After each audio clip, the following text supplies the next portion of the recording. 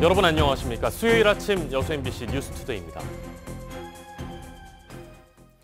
광주와 치열한 경합을 벌이며 정말 힘겹게 유치한 호남권 첫 직업체험센터인 순천만 자벌드에 고민거리가 생겼습니다.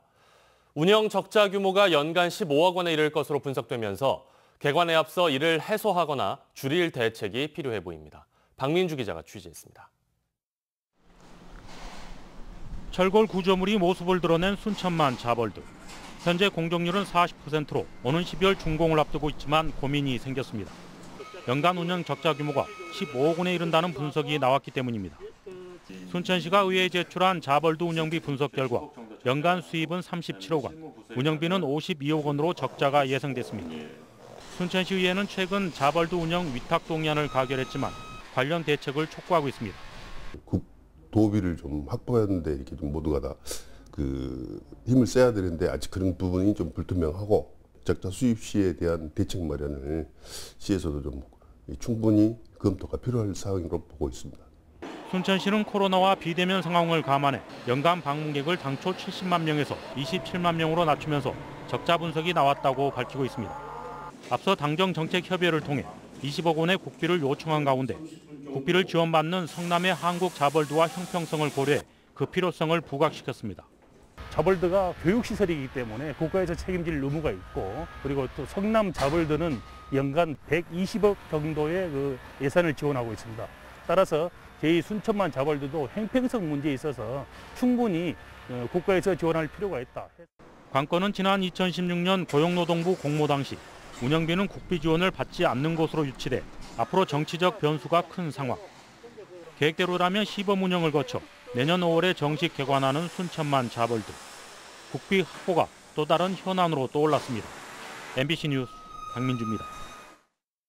제28차 유엔 기후변화협약 당사국 총회가 국가 행사로 확정되면서 지역의 기대감이 커지고 있습니다. 개최국 발표가 1년 넘게 남은 상황에서 여수시가 개최 도시부터 먼저 선정해 줄 것을 정부에 요구했습니다. 그 이유와 배경을 문영철 기자가 보도합니다. 오는 2023년 아시아 태평양 지역에서 열리게 될 제28차 유엔 기후변화협약 당사국 총회. 최근 이 COP28을 국가 행사로 확정한 정부는 내년 상반기까지 기후변화협약 사무국에 유치 신청서를 제출하기로 했습니다. 주무부처인 환경부는 우리나라가 개최국으로 확정된 이후 국내 도시를 대상으로 유치 공모를 진행할 계획입니다. 반면 여수시는 개최 도시부터 먼저 선정해 줄 것을 환경부에 요청했습니다. 개최국이 발표되는 시점은 내년 11월. 2년 안에 2만 명이 참여하는 대규모 국제 행사를 준비하기에는 시간이 부족할 수 있고 정부와 지자체가 함께 선제적 대응에 나서야 추후 다른 나라가 유치 전에 뛰어들어도 경쟁에서 유리하다는 판단 때문입니다. 2012년 여수 세계 박람회 때도 그랬었거든요. 그래서 지역 결정을 한 후 해야만이 사전 준비의 차질이었다. 여수와 유치 경쟁을 벌일 지역으로 인천과 부산, 제주 등이 거론되고 있지만 남해안 남중권 시군의 전폭적인 지지와 여수 세계 박람회 개최 경험 등 타 도시와의 경쟁에서 밀리지 않을 요소가 충분하다는 자신감도 여수시가 개최 도시 선정을 요구하고 나선 또 다른 배경입니다. 그러나 이에 대해 환경부는 현재로서는 검토하지 않고 있다는 입장. 지금 판단으로는 어쨌든 우리나라 유치 여부가 확정된 다음에 개최 도시 선정해도 늦지 않겠다 이렇게 보고 있습니다. 당사국 총회 유치 절차를 두고 지자체와 중앙부처가 의견 차이를 보이고 있는 가운데 우선 남해안 남중권 시군과 시민단체는 총회 유치를 위한 서명운동과 홍보 활동을 더욱 확대하기로 했습니다. MBC 뉴스 문형철입니다. 생으로도 먹을 수 있는 초당 옥수수, 여름철 소비자들은 물론이고 농민들에게도 틈새 작물로 인기가 높은 품종입니다. 그런데 한참 수확기인 요즘 특정 품종을 심은 농민들이 불량 종자라며 피해를 호소하고 있습니다. 김진선 기자의 보도입니다. 수확 시기를 놓친 옥수수들이 말라 비틀어져 있습니다. 보통 15에서 22cm까지 자라지만 이 옥수수들은 겨우 10cm 남짓. 알곡이 끝까지 맺히지도 않았습니다. 인근 9개 농가가 23헥타르 밭에 올해 2가지 품종의 종자를 심었는데 이 품종을 심은 2.5헥타르에서만 이 같은 현상이 나타났습니다. 똑같은 밭에 똑같이 재배를 했는데 사람도 여럿이 해보고 다 근데 일괄적으로 문제가 그렇게 나왔으니까 저희는 이제 종자 문제를 보는 거죠. 중하품으로라도 수확하려던 농민들은 업체의 답변을 기다리다 결국 수확 시기를 놓쳐 전체를 폐기해야 하는 상황. 피해액은 1억여 원에 이르고 같은 밭에서 양배추 등 이모작을 계획했던 농민들은 더욱 피해가 커졌습니다. 농민들은 다른 품종은 모두 수확해 80% 이상 상품으로 판매한 만큼 종자 자체에 문제가 있었다는 주장입니다. 이에 대해 업체 측은 타 지역에서는 정상 수확이 이뤄졌다며 재배나 기후의 문제라고 맞서고 있습니다. 날씨 영향으로 결국은 그런 걸로 좀 추정은 하는데, 근데 다른 지역에서는 또 이상이 없는 걸로 봐서는 정자적인 부분은 아니라고 보는 거죠, 회사는.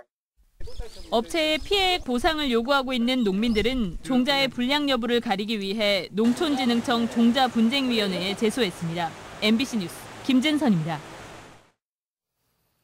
올해 초부터 최근까지 도내 코로나19 확진자 발생률이 전국에서 가장 낮은 것으로 조사됐습니다.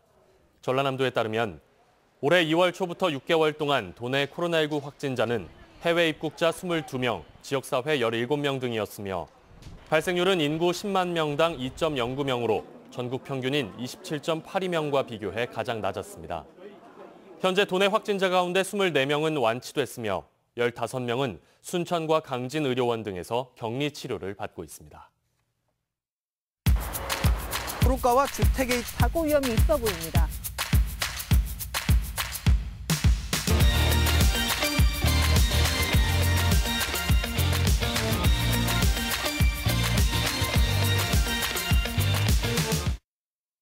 전남의 사회적 거리두기 단계가 1단계로 완화하면서 광주 기아 챔피언스필드도 관중석을 일부 열었습니다. 시즌이 개막한 지 90여일 만입니다. 송정근 기자입니다. 올해 첫 관중 입장이 허용된 챔피언스필드 경기장은 예년과는 달라진 모습입니다. 관중들은 입장 전 발열 체크를 하고 전자출입 명부를 작성해야만 경기장에 입장이 가능했고 마스크를 쓴 채로 경기를 지켜봤습니다. 발열 체크하고 손소독제도 해야 되고 불편하긴 한데 그래도 여기 와서 좀 좋은 것 같아요. 또 혹시 모를 감염 확산에 대비해 육성 응원도 금지됐고 화장실과 매장도 거리두기 수칙을 지키면서 이용하고 있습니다. 불편함이 예전보다 많아졌지만 경기장을 찾은 시민들은 오랜만에 찾아온 직관귀회에 즐거워합니다. 네, 어젯밤 설레서 잠을 못 잤고요. 야구를 다 좋아해서 다른 구단들은 오늘 좀 우천 취소가 많을 것 같아서 비가 안 오는 광주로 경기를 보러 왔습니다. 관중 입장은 수용 인원의 10%인 2,050명만 입장이 가능했는데요. 프로야구는 지난 5월 5일 개막했지만 코로나 확산을 막기 위해 무관중 경기로 시즌을 치렀다가 지난달 말부터 관중 입장이 허용됐습니다. 그러나 기아 타이거즈는 광주시의 사회적 거리두기 지침에 따라 10개 구단 중 가장 마지막으로 관중 입장을 허용했습니다. I think everybody's excited. We comment all the time that these are interesting times we're playing in, but it's a little more normal when you have fans that are able to come into the ballpark. So we're excited. 기아는 오랜 시간 입장을 기다려온 팬들을 위해 사인볼을 준비했고 홈 6연전 동안 모든 입장객에게 응원 수건을 무료로 나눠줄 예정입니다. MBC 뉴스 송정근입니다. 코로나19 장기화에 따른 공적 기능 수행으로 어려움을 겪고 있는 순천의료원 등의 긴급 경영 자금이 지원됩니다.